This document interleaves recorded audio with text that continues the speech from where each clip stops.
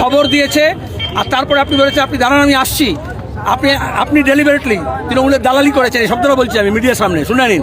কারণ আপনি ওখানে পৌঁছননি বলেছেন, আমি ফোনে কি বলেছেন শুনিনি।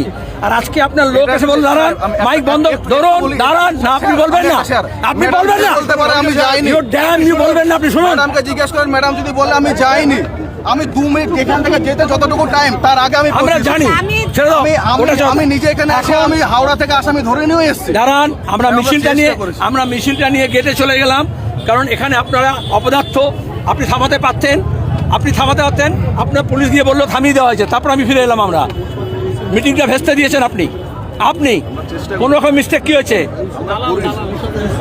একদম সবাই চেনে গেছে।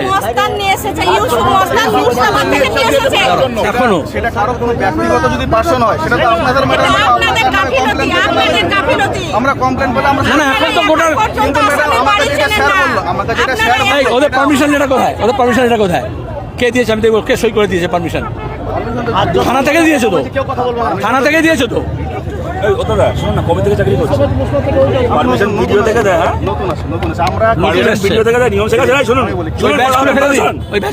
সি ভিজিলে পারমিশন যখন চাওয়া হয় কোনো পার্টি থেকে, সি ভিজিল থেকে লোকাল থানায় জিজ্ঞেস করা হয়, ওই সময় ওই স্পটে প্রথম কে নিয়েছে পারমিশন, লোকাল থানা এনওসি দেয়, তারপরে বিডিও অফিস থেকে পারমিশন হয়।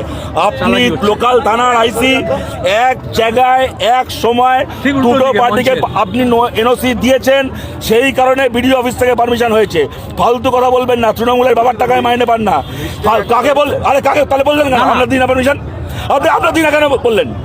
আপনারা দিয়েছেন তো, এক সময় এনওসি দিয়েছেন তো দুটোকে। আরে হয়েছে মিস্টেক তো, কার মিস্টেক ওটা? তাহলে বললেন কেন? আপনি বললেন কেন? তাহলে আপনি বললেন কেন? আমরা দিই না ভিডিও দেয়, আপনি বললেন কেন? আচ্ছা তারপরে তো বললো মাইক বন্ধ করে শেখাচ্ছে।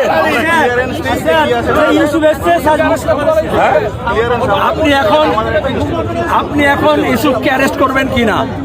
আপনি প্রভোকেশন করেছিল, এক্ষুনি হাঙ্গামা হতো, কোথায় গেল? এখানে কি হচ্ছিল? ইউসুফ মোলান দিকে থাকে, আমি অ্যারেস্ট করুন,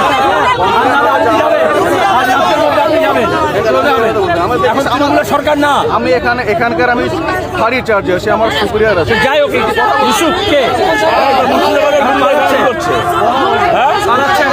অ্যারেস্ট করুন। নিয়ম শেখাচ্ছে, আমি ফাঁড়ির লোক।